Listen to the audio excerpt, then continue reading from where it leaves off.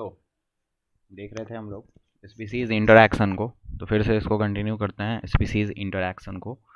तो species interaction में पता ही था कि पॉजिटिव इंटरैक्शन होता है, नेगेटिव इंटरैक्शन होता है, म्यूचुअलिज्म, ये सब क्या क्या होता है लास्ट वीडियो में बता दिए थे। तो अभी म्यूचुअलिज्म जो है उसमें सबसे पहले हम लोग देख रहे हैं म्यूचुअलिज्म को। म्यूचुअलिज्म मतलब सिम्बायोसिस। सिम्बायोसिस कैसा एसोसिएशन है भैया?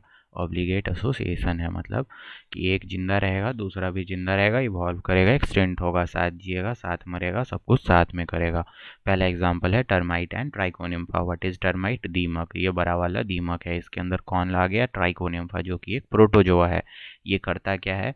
ये करता है सेलुलोज को डाइजेस्ट करता है। दीमक लकड़ी वकड़ी खाता है तो उसमें सेलुलोज होता है, खुद इसको डाइजेस्ट नहीं कर सकता है इसको, तो इसको डाइजेस्ट करके देता है प्रोटोजोआ। इस प्रोटोजोआ का नाम है ट्राइकोनिम्फा। तो पहला एग्जाम्पल जो हमारा था वो क्या था कि टर्माइट एंड प्रोटोजोआ। टर्माइट तो वही है और प्रोटोजोआ का नाम है ट्राइकोनिम्फा। ठीक है, ट्राइकोनिम्फा। दूसरा एग्जाम्पल जो है हमारा म्यूचुअलिज्म का वो है माइकोराइजा। Mycorrhiza mycorrhiza. तीसरा एग्जाम्पल है लाइकेन। लाइकेन में क्या होता है कि अलगी होता है और फंगस होता है। दोनों म्यूचुअलिज्म का ही एग्जाम्पल है। कैसे क्या होता है देख लो कि भाई जो एल्गी है वो तो फोटोसिंथेसिस कर लेता है, तो फूड बना लेता है, ठीक है ना। और फंगस जो है वो पानी देता है और साथ ही साथ मिनरल एब्जॉर्ब करके देता है, ठीक है। और एल्गी को शेल्टर भी तो देता है फंगस अपने हाइफा में। तो ये सब चीज़ है, वाटर मिनरल शेल्टर दे रहा है और फूड ले रहा है उससे, तो इसको बोलते हैं helotism. Master slave relation, husband wife relation, ये सिर्फ इसी में मिलेगा, लाइकेन में ही मिलेगा, ठीक है। नेक्स्ट आता है हमारे पास इंटरेस्टिंग चीज़ है यक्का प्लांट प्रोनुबा इंसेक्ट। ये देख रहा है यक्का प्लांट का फ्लावर है, और ये है जो छोटा सा जो ये है प्राणी, ये है प्रोनुबा इंसेक्ट। Pronuba insect. अब यक्का प्लांट को इंसेक्ट क्यों चाहिए होता है भाई? पॉलिनेशन के लिए। लेकिन इस प्रोनुबा इंसेक्ट क्या करता है कि यहाँ पे अंदर में आके अपने एग को छोड़ देता है। इसको बोलते हैं ओवी position, egg laying site provide कर रहा है ये प्लांट प्रोनुबा इंसेक्ट को। शेल्टर दे रहा है उसके और न्यूट्रिशन दे रहा है उसके एग को, ठीक है। तो यक्का प्रोनुबा। उसके बाद आता है fig tree and wasp insect. Same कहानी है, ये फिग का ट्री है और ये वास्प इंसेक्ट है। ये भी वहाँ पे अंडा छोड़ेगा आके, उस बदले में ये पॉलिनेट कर रहा है और वो ये कर रहा है। लेकिन सबसे अजीब कहानी इसका है ना, orchid and bee. Orchid and bee में क्या है कि ये जो ऑर्किड का फ्लावर है ना, ऑर्किड फ्लावर, इस मेल बी, ये मेल बी है, इसको लगता है कि ये वाला पोर्शन देख के कि ये फीमेल बी है, तो ये करने लगता है यहाँ पे स्यूडो कॉप्यूलेशन। तो इस प्लांट का तो हो रहा है भाई पॉलिनेशन, और इसका हो रहा है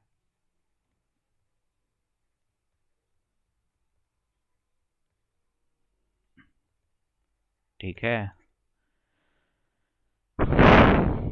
तो क्या क्या पढ़ा हमने अभी तक? इंटरैक्शन। इंटरैक्शन कौन सा पढ़ रहे हैं? Inter specific, inter specific interaction, ठीक। इसमें पढ़ रहे हैं हम लोग पॉजिटिव पॉजिटिव टाइप का इंटरैक्शन, जिसमें पढ़ रहे हैं कौन सा? सिम्बायोसिस। एक और नाम इसका क्या है? म्यूचुअलिज्म। एग्जाम्पल 6 है। पहला example termite and trichonympha protozoa. दूसरा एग्जाम्पल है माइकोराइजा। तीसरा एग्जाम्पल है लाइकेन। चौथा एग्जाम्पल है fig tree and wasp insect. पांचवा एग्जाम्पल है ऑर्किड एंड बी। और छठा एग्जाम्पल है हमारा yucca plant and pronuba insect. ये याद रखना है, yucca plant and pronuba insect. Insect. इसमें और इसमें क्या मिलता है भाई, oviposition egg laying site protection plus nutrition to the egg, ठीक है। तो एग्जाम्पल याद रहेगा, termite and trichonympha, mycorrhiza, lichen, fig and wasp, orchid and bee, yucca plant, pronuba insect. काम खत्म। नेक्स्ट आता है हमारे पास प्रोटोकॉपरेशन। यहाँ पे भी दोनों को फायदा है, लेकिन ये ऑब्लिगेट नहीं है, नॉन ऑब्लिगेट है, मतलब फैकल्टेटिव है। भैया साथ रहना होगा रहेगा, नहीं रहना होगा नहीं रहेगा, दूसरा भी दूसरे के बिना रह सकता है। तो पॉजिटिव पॉजिटिव इंटरेक्शन दो टाइप का है। अगर ये ऑब्लिगेट है तो उसको बोलेंगे म्यूचुअलिज्म या फिर सिम्बायोसिस, और नॉन ऑब्लिगेट है, दोनों आपस में एक दूसरे को कॉपरेट कर रहा है, तो बोलेंगे प्रोटो कॉपरेशन। प्रोटो कॉपरेशन में कोई इवोल्यूशन को एक्सटेंशन नहीं होता है। इसका पहला एग्जांपल प्रोटो कॉपरेशन का hermit crab and sea anemone. देखो भाई क्या है, ये हर्मिट क्रैब, ठीक है, ये है क्रैब, ये है, और ये हमारा सी एनीमोन। सी एनीमोन के पास होता है टेंटाकल्स, ये सिक्रेट करता है न्यूरोटॉक्सिन, यहाँ से निकलता है एक ऐसा टॉक्सिन जो सीएनएस को अफेक्ट करता है। तो बेसिकली क्या होगा कि ये न्यूरोटॉक्सिन सिक्रेट करके इसको प्रोटेक्शन प्रोवाइड करेगा, और ये जो मूव करेगा ना तो इसको एक्सपोज करेगा टू वेराइटी ऑफ फूड। यही कहानी है, मतलब हर्मिट क्रैब को मिल गया प्रोटेक्शन, और सी एनीमोन को क्या फ़ायदा हो गया कि फूड मिल गया, और साथ ही साथ इसका मूवमेंट हो रहा है सी एनीमोन का। तो hermit crab and sea anemone is an example of proto cooperation. दूसरा है राइनो टिक बर्ड। ये राइनो है, राइनो, और इसको बोलते हैं हम लोग टिक बर्ड। दोनों का आपस में क्या है, पॉजिटिव पॉजिटिव इंटरेक्शन, लेकिन साथ जिएंगे साथ मरेंगे नहीं, प्रोटो कॉपरेशन। क्या होगा कि ये जो है यहाँ इसका टिक को खाएगा, तो इस राइनो का स्किन क्लीन होगा और इसको रिलीफ मिलेगा, और इसको भैया खाना मिल जाएगा। Proto corporation. क्रोकोडाइल बर्ड, ये है क्रोकोडाइल बर्ड, क्रोकोडाइल बर्ड। ये क्या करता है, क्रोकोडाइल के दांत के पास जाके खाना खा लेता है, और इसका दांत साफ हो जाता है, और इसको खाना में रिलीफ मिलता है, और इसको खाना भी मिल जाता है। तो ये 3 एग्जाम्पल था हमारा किसका, प्रोटो कॉपरेशन का। तो देख लेते हैं भाई, प्रोटो कॉपरेशन का 3 एग्जाम्पल। पहला example hermit crab and sea anemone, दूसरा एग्जाम्पल राइनो टिक बर्ड, तीसरा एग्जाम्पल क्रोकोडाइल बर्ड। ठीक, तो अभी तक क्या क्या पढ़ा है एक बार फिर से रिकॉल अगर करना चाहें तो पॉजिटिव पॉजिटिव इंटरेक्शन दो टाइप का पढ़ा, जिसमें एक था सिम्बायोसिस म्यूचुअलिज्म, दूसरा था प्रोटो कॉपरेशन। प्रोटो कॉपरेशन का 3 example hermit crab sea anemone, rhino tick bird, और हमारे पास था कौन सा, क्रोकोडाइल बर्ड। जबकि सिम्बायोसिस में पहला एग्जाम्पल था हमारे पास termite and trichonympha which was a protozoa. दूसरा एग्जाम्पल था हमारे पास यहाँ पर कौन सा, माइकोराइजा। तीसरा एग्जाम्पल था लाइकेन। चौथा था प्लांट, यक्का प्लांट प्रोनुबा इंसेक्ट। पांचवा था फाइकस प्लांट या फिग प्लांट वास्प इंसेक्ट। और छठा था हमारे पास ओफ्रीज प्लांट एंड बी। ये बी कौन सा, ऑर्किड प्लांट ओफ्रीज, और बी का नाम है कोल्पा, कोल्पा बी। इसको इसमें मिलता था स्यूडो कॉपुलेशन सेक्सुअल डिसीट, और इसका पॉलिनेशन हुआ, यहाँ पे ओवी पोजीशन था। बस यही कहानी अभी तक पढ़ा। नेक्स्ट आता है पॉजिटिव इंटरेक्शन, लेकिन एक को फ़ायदा दूसरे को ना नुकसान ना फ़ायदा, मतलब पॉजिटिव जीरो इंटरेक्शन, इसको बोलते हैं कॉमेंसलिज्म। ये आपको देखने को मिलेगा ट्रॉपिकल रेन फॉरेस्ट में, जहाँ पे मैक्सिमम स्पीसीज डाइवर्सिटी होती है ना। ट्रॉपिकल रेन फॉरेस्ट के बारे में और क्या पता है हमें, ट्रॉपिकल रेन फॉरेस्ट के बारे में एक और बात पता है कि ट्रॉपिकल रेन फॉरेस्ट में मैक्सिमम स्पीसीज डाइवर्सिटी होता है, और ये मल्टी स्टोरेज फॉरेस्ट होता है। मल्टी स्टोरेज फॉरेस्ट, यहाँ पे सबसे पहले सरफेस ड्वेलर होता है, फिर क्या होता है, हॉर्स होता है, फिर अंडर स्क्रब्स होता है, फिर स्क्रब्स होता है, और सबसे बाद में अपना फॉरेस्ट ट्री होता है।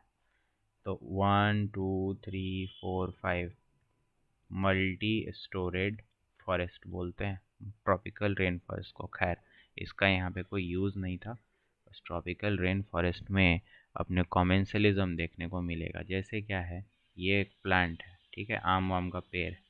अब आम के पेड़ पे ये नहीं होता है ऐसा ऐसा प्लांट जिसके ऊपर चढ़ जाता है, जो खुद से तो चढ़ नहीं पाता है लेकिन दूसरे के सहारे चढ़ जाता है। तो जो चढ़ गया इसको तो भाई फ़ायदा ही हुआ, लेकिन आम के पेड़ को कोई फ़ायदा भी नहीं हुआ ना कोई नुकसान हुआ, और इसको चढ़ने के कारण बेटर लाइट मिला। और ऐसे प्लांट का एग्जाम्पल है बोहीनिया, BAUHINIA, और दूसरा एग्जाम्पल है टीनोस्पोरा, बोहीनिया एंड टीनोस्पोरा। ठीक है, बोहीनिया एंड टीनोस्पोरा ऐसा प्लांट है। दूसरा होता है एपीफाइट। देखो लियानाज क्या करता है, लाइट के कारण दूसरे प्लांट पे चढ़ जाता है, और एपीफाइट क्या होता है, दूसरे ही प्लांट पे ग्रो करेगा, ये दूसरे प्लांट पे ग्रो करेगा लेकिन लाइट और मॉइस्चर दोनों लेगा।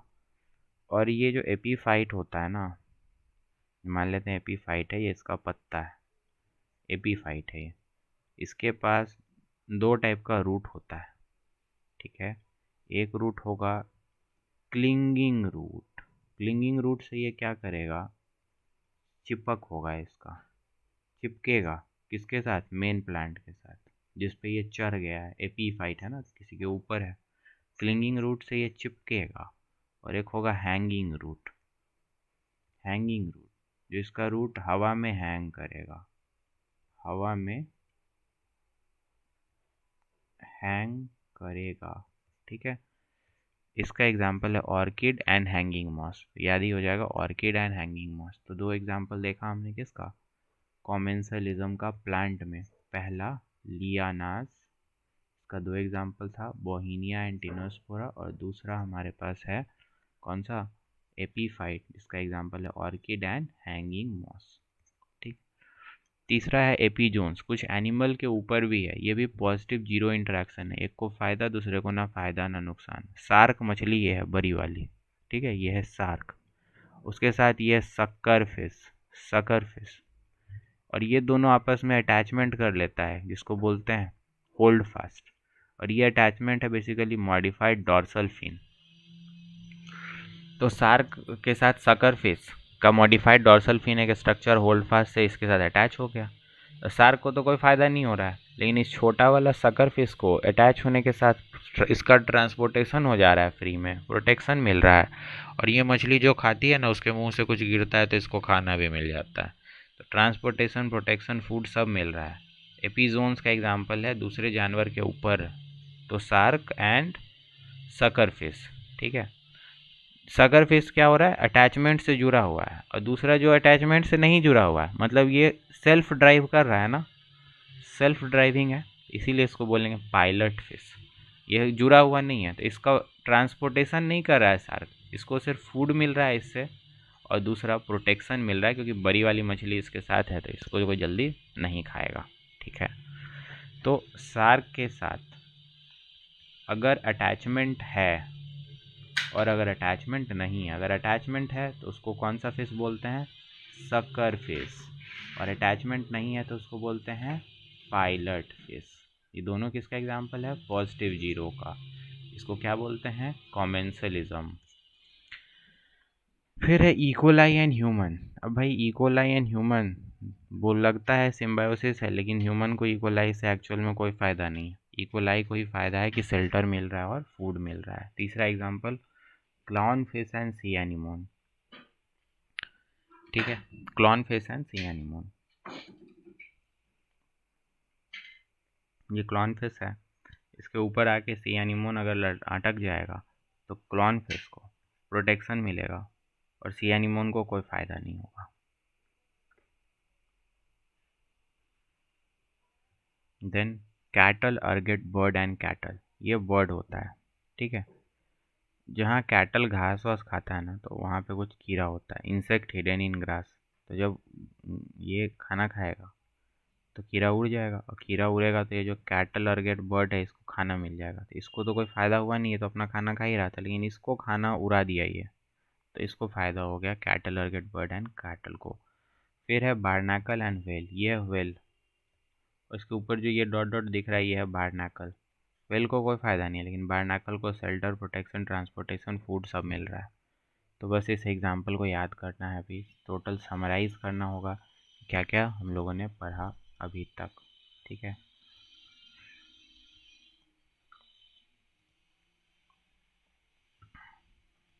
तो अभी तक देख रहे थे हम लोग नॉर्मली क्या,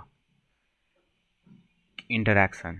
इंटरैक्शन में पॉजिटिव पॉजिटिव पॉजिटिव पॉजिटिव में म्यूचुअलिज्म या फिर सिम्बायोसिस, सीधा एग्जाम्पल पे आते हैं। अच्छा, ये जो है कोइवोल्यूशन, कोएक्सटेंशन, ऑब्लिगेट रिलेशनशिप होता है। पहला एग्जाम्पल था टर्माइट एंड ट्राइकोनिम्फा प्रोटोजोआ, दूसरा एग्जाम्पल माइकोराइजा, तीसरा लाइकेन, चौथा यक्का प्रोनुबा, पांचवा फिग एंड वास्प, एंड छठा ऑर्किड एंड बी। हो गया, कहानी ख़त्म। दूसरा पॉजिटिव पॉजिटिव में ही है प्रोटो कॉपरेशन, इसमें था hermit crab and sea anemone. दूसरा था hermit crab and sea anemone. उसके बाद जो दूसरा प्रोसेस था हमारा वो था, दूसरा एग्जाम्पल था प्रोटो कॉपरेशन का राइनोटिक बर्ड, और तीसरा था हमारा क्रोकोडाइल बर्ड। उसके बाद हमने पढ़ा अभी तक पॉजिटिव जीरो इंटरैक्शन, जिसको बोलते थे कॉमेंसलिज्म। कॉमेंसलिज्म में सबसे पहले देखेंगे प्लांट वाला और दूसरा देखेंगे एनिमल वाला। प्लांट में पहला पढ़ा लियाना। लियानास कि काहे होता है, लाइट के रिक्वायरमेंट के लिए होता है। इसका एग्जाम्पल बोहिनिया एंड टीनोस्पोरा। दूसरा यहाँ पे था हमारा epiphyte. Epiphyte light and moisture दोनों के लिए होता है। इसके पास दो टाइप का रूट था, एक था क्या क्लिंगिंग रूट, दूसरा था हैंगिंग रूट। हैंगिंग रूट लटकता रहता था, क्लिंगिंग रूट से ये चिपकता था। इसका दो एग्जाम्पल था, एक तो था हैंगिंग मॉस और दूसरा था ऑर्किड। ठीक है, हैंगिंग मॉस और ऑर्किड। उसके बाद हम लोगों ने देखा एपीजोन्स। एपीजोन्स तो सबसे पहले शार्क के साथ कुछ अटैचमेंट था। शार्क के साथ एक फिश था जिसको बोले थे सकर फिश, और दूसरा फिश था पायलट फिश। पायलट फिश में कोई अटैचमेंट नहीं था, यहाँ पे अटैचमेंट था जिसको बोला सकर, जो कि मॉडिफाइड डॉर्सल फिन था। उसके बाद जो दूसरा यहाँ पे ये हो गया, उसके बाद हमने पढ़ा इकोलाई एंड ह्यूमन भी अपना कॉमेंसलिज्म का ही एग्जाम्पल है। ये बढ़ा फिर बारनाकल एंड व्हेल, क्या था बारनाकल एंड व्हेल। उसके बाद कैटल, अर्गेट बर्ड एंड कैटल, तो कैटल यहाँ पे खाता था, इसे कीड़ा उड़ता था तो कैटल अर्गेट बर्ड खा लेता था। ठीक है, और एक एग्जाम्पल हमारा छूट गया जो कि था clown fish and sea anemone का। Clown fish and sea anemone बाकी सारा कवर कर दिया है रिवीजन में। ठीक है, नेक्स्ट आता है हमारे पास भाई नेगेटिव इंटरैक्शन भी कर ही लेता हूँ। नेगेटिव इंटरैक्शन में बोला हमने एक को फ़ायदा दूसरे को नुकसान, तो इसको बोलेंगे एक्सप्लॉइटेशन। ठीक है, जिसमें दो एग्जाम्पल था प्रीडेशन एंड पैरासाइटिज्म। एक को नुकसान दूसरे को कोई फ़ायदा ना नुकसान, इसको बोलते हैं एमेंसलिज्म, और दोनों को नुकसान इसको बोलते हैं कंपटीशन। तो अभी हम लोग पॉजिटिव नेगेटिव इंटरैक्शन देखेंगे। चूँकि है एक्सप्लॉइटेशन, पहला है प्रीडेशन। प्रीडेशन का प्रिंसिपल है कैच किल एंड ईट, पकड़ो मारो खा जाओ। तो प्रीडेटर है एग्जाम्पल लायन, टाइगर, ये सब प्रीडेटर है। पहला बात है कि predator act as a conduit for energy transfer across trophic levels, मतलब कि प्रीडेटर नहीं होगा तो पहले कोई किसी जानवर को नहीं खाएगा तो उसका नेक्स्ट वाला को जानवर को खाना कैसे मिलेगा। इसीलिए बोला कि predator act as conduit for energy transfer. अब ऐसा नहीं है कि लायन ही प्रीडेटर है, घास, ये ग्रास है, ग्रास को जो हर्बीवोर खाएगा वो भी प्रीडेटर है। इसीलिए बोला कि प्रीडेटर एक्ट एज इसको कार्निवोर खाएगा, तो ये है conduit for energy transfer across the trophic level. ठीक है, तो प्रीडेशन घास का भी तो हो रहा है रैबिट के द्वारा, इसका इसके द्वारा, इसका इसके द्वारा, तो across trophic level energy transfer predator ही तो कर रहा है, तो predator act as conduit for energy transfer across trophic level. दूसरा है कि प्रीडेटर जो होता है वो प्रे के पॉपुलेशन को कंट्रोल कर देता है। अब कहीं बहुत सारा घास है और यहाँ पे रैबिट है, अब रैबिट नहीं रहेगा तो घास बहुत होगा, तो रैबिट रहेगा तो प्रे पॉपुलेशन को कंट्रोल करेगा, तो प्रीडेटर कंट्रोल करता है प्रे पॉपुलेशन को। इसमें दिया हुआ है केस स्टडी। एक था हमारे पास वर्की पियर कैक्टस, ये एक प्लांट था कैक्टस का, ये एग्जॉटिक प्लांट था, ऑस्ट्रेलिया में होता था, आ गया गलती से यहाँ, या ऑस्ट्रेलिया में ही है, चलो कोई दिक्कत नहीं। अब क्या है, हेवॉक क्रिएटेड हो गया और कैक्टोब्लास्टिस कैक्टोरम उसका प्रीडेटर है, उसको जब ला दिया तो ये हेवॉक शांत हो गया। मतलब पर्की पियर कैक्टस है ऑस्ट्रेलिया में, एग्जॉटिक वैरायटी, बहुत ज़्यादा ग्रो किया, वहाँ पे तबाही मचा दिया और उसके प्रीडेटर को ला दिए कैक्टोब्लास्टिस कैक्टोरम, ये इसको खा गया, तब इसके पॉपुलेशन को कंट्रोल किया और हैवॉक कंट्रोल हो गया। तीसरा हमने बोला कि जो प्रीडेटर होता है स्पीसीज डाइवर्सिटी को मेंटेन करता है। मतलब देखो एक लायन है और यहाँ पे रैबिट है और ग्रास है, ठीक है। अगर लायन नहीं रहेगा तो रैबिट ही रैबिट हो जाएगा, आपस में दोनों के कंपटीशन बढ़ेगा। कैसा, इंट्रा स्पेसिफिक या inter specific, intra specific competition. लेकिन जब लायन होगा ना तो एक रैबिट को खा जाएगा, तो इस रैबिट के लिए कंपटीशन इसके द्वारा कम कर दिया। तो वही लिखा है कि maintain species diversity by reducing inter specific competition between the prey species. अब प्रे है मतलब यहाँ पे कोई भी हर्बीवोर होगा उसके बीच में ये वो मतलब कंपटीशन को रिलीज करेगा, इंटर स्पेसिफिक भी और इंट्रा स्पेसिफिक भी।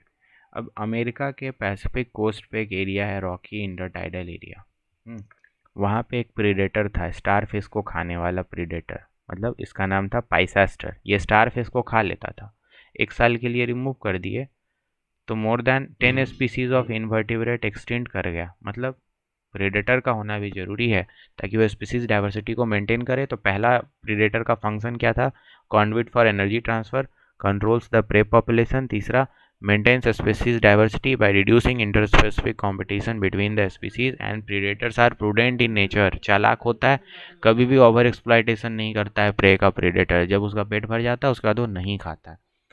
फिर है प्रे का डिफेंस मैकेनिज्म। प्रे मतलब जिसको प्रेडेटर खा रहा है वो अपने आप एक डिफेंस मैकेनिज्म को पैदा करता है ताकि उसको जल्दी से कोई नहीं खाए। तो एनिमल में इंसेक्ट एंड फ्रॉग में होता है कैमोफ्लेज। इसमें एक एग्जांपल है भैया मोनार्च बटरफ्लाई। मोनार्च बटरफ्लाई क्या करता है कि जब कैटरपिलर स्टेज में होता है ना तो पॉइजनस वीड को खा लेता है। उसके बाद मोनार्च बटरफ्लाई का टेस्ट हाईली डिस्टेस्टफुल हो जाता है, इसका टेस्ट गंदा हो जाता है तो कोई इसको खाता नहीं है। फिर प्लांट में देखो प्लांट हर्बीवोर है, ठीक है।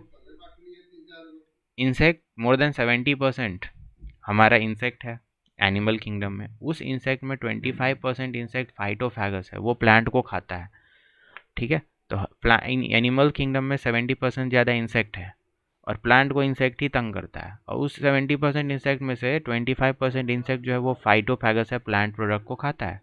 दूसरा पॉइंट देखो कि प्लांट एक्सपीरियंसेस मोर प्रीडेशन दैन एनिमल। क्यों? क्योंकि भैया मूव ही नहीं कर सकता है तो ज़्यादा इसको दिक्कत है। तो प्लांट में मॉर्फोलॉजिकल डिफेंस है, थॉर्न, जैसे एकेसिया में और कैक्टस में। ऑस्ट्रेलियन एकेसिया इसको बोलते हैं बबूल और कैक्टस में कांटा होता है। Chemical defence, cardiac glycoside Calotropis plant में होता है, इसको कोई खाएगा तो उसको अटैक हो जाएगा हार्ट में, ठीक है। तो कैलोट्रोपिस प्लांट में है अपना cardiac glycoside, chemical defence, morphological defence है कांटा। अब देखो parasitism, positive negative interaction. Parasite अब भैया मेजॉरिटी ऑफ पैरासाइट जिसमें आएगा उसको तो हार्म ही करेगा, उसके ग्रोथ, रिप्रोडक्शन, सर्वाइवल को कम करेगा, किसके, होस्ट के। उसके पॉपुलेशन डेंसिटी को ख़त्म कराएगा, वीक करेगा उसको, और प्रीडेशन के लिए वल्नरेबल करा देगा। जो बीमार होगा उसको जल्दी से कोई अटैक कर देगा। और कुछ पैरासाइट होता है होस्ट स्पेसिफिक, है ना, होस्ट स्पेसिफिक, इसका होस्ट के ही साथ कोई इवोल्यूशन, कोई एक्सटेंशन होता है। अब है adaptation of parasite unnecessary sense organ को लूज कर देता है, एडहेसिव सकर वकर ऑर्गन को बनाता है ताकि होस्ट के साथ चिपके, डाइजेस्टिव सिस्टम को लॉस कर देता है, सिंपल डाइजेस्टिव सिस्टम को रखता है और रिप्रोडक्शन कैपेसिटी को बढ़ा लेता है। पैरासाइट का यही 5 फीचर है कि सेंस ऑर्गेन नहीं है अननेसेसरी का, एडहेसिव पैड है, सकर ऑर्गेन है, डाइजेस्टिव सिस्टम बड़ा सिंपल है, उसको लूज करता है और रिप्रोडक्शन कैपेसिटी को बढ़ा लेता है ताकि ज़्यादा से ज़्यादा तबाही मचाए। फिर देखो, दो टाइप का पैरासाइट होता है, ecto parasite, endo parasite. Plant के ऊपर जो पैरासाइट होगा उसको बोलेंगे एक्टो फाइटो पैरासाइट, एनिमल के ऊपर जो होगा उसको बोलेंगे एक्टो जू पैरासाइट। एनिमल के अंदर जो पैरासाइट होगा उसको बोलेंगे एंडो जू पैरासाइट, प्लांट के अंदर जो होगा उसको बोलेंगे endo phyto parasite. Endo phyto parasite का एग्जाम्पल है एग्रोबैक्टीरियम टुमाफेसियन, क्राउन गॉल डिजीज। और याद रखना कि एग्रोबैक्टीरियम टुमाफेसियन नेचुरल जेनेटिक इंजीनियर है, इसको बायोटेक्नोलॉजी में यूज़ करते हैं। देन हमारे पास है एमेंसेलिज्म, पॉजिटिव नेगेटिव जीरो इंटरेक्शन, मतलब एक को फ़ायदा दूसरे को ना फ़ायदा ना नुकसान। तो क्या होगा, ये स्पीसीज़ है प्लांट, ठीक है। अब ये प्लांट है, ऐसा प्लांट है ना जो एक टॉक्सिन रिलीज़ कर रहा है अपने वातावरण में, जिसके कारण यहाँ पे कोई दूसरा स्पीसीज़ ग्रोथ ही नहीं कर पाएगा। इस टॉक्सिन का नाम है ट्रांस सिनेमिक एसिड, ठीक है। तो ट्रांस सिनेमिक एसिड ये रिलीज़ करा है, इसको तो कोई फ़ायदा नुकसान नहीं हुआ, लेकिन बगल वाले को नुकसान करा दिया। तो जिसका एग्जांपल है पार्थीनियम, पार्थीनियम को बोलते हैं कैरट ग्रास, ठीक है। ये जहाँ भी ग्रो करेगा तो ट्रांस सिनेमिक एसिड रिलीज़ करेगा और उसके आसपास कोई भी प्लांट ग्रो नहीं कर पाएगा। लास्ट देखो, नेगेटिव नेगेटिव का एग्जांपल है कंपटीशन। कंपटीशन कंपटीशन कब होता है, मतलब देखो कि सेम स्पीसीज़ के बीच में कंपटीशन ज़्यादा होगा क्योंकि उन लोगों का नीड सेम है, और closely related species habitat same होगा तो उसमें कंपटीशन ज़्यादा होगा। अब तुम्हारा कंपटीशन क्या रैट से होगा, नहीं होगा ना, ह्यूमन का कंपटीशन ह्यूमन से ही होगा। तो क्लोजली रिलेटेड के साथ कंपटीशन ज़्यादा होता है। जब रिसोर्सेज लिमिटेड होते हैं तो भी कंपटीशन ज़्यादा होता है। अब देखो क्या हुआ, एक जगह था जहाँ पे shallow lake of South America, यहाँ पे कुछ मछली रहती थी पहले से, ये वाली, ठीक है। लेक में जू प्लैंकटन होता है, ये इसको खाती थी। लेकिन क्या हुआ, ये फ्लैमिंगो घूमता घूमता कहीं से आ गया, ठीक है। ये इसको खा लेगा, तो जब ये इसको खा लेगा तो रिसोर्स यहाँ पे कम हो जाएगा। तो रिसोर्स जब कम हो जाएगा तो इन सब के बीच में कंपटीशन बढ़ जाएगा। एक टर्म आता है, इसको बोलते हैं कंपटीशन इंटरफेरेंस कंपटीशन। मतलब कि ये डियर है, ठीक है, डियर को वुल्फ खाता है, वुल्फ आया डियर के पास खाने के लिए, ठीक है, लेकिन वो देखा कि लायन आ रहा है और लायन तो वुल्फ को और डियर दोनों को खा जाता है। तो अब देखो, इस वुल्फ के लिए ये रिसोर्स तो है, रिसोर्स है, लेकिन लायन को देख करके ये उल्टा भाग जाता है। मतलब ये लायन इंटरफेयर कर रहा है, किसको, वुल्फ को खाना नहीं खाने दे रहा है डियर को, इससे डर रहा है वो।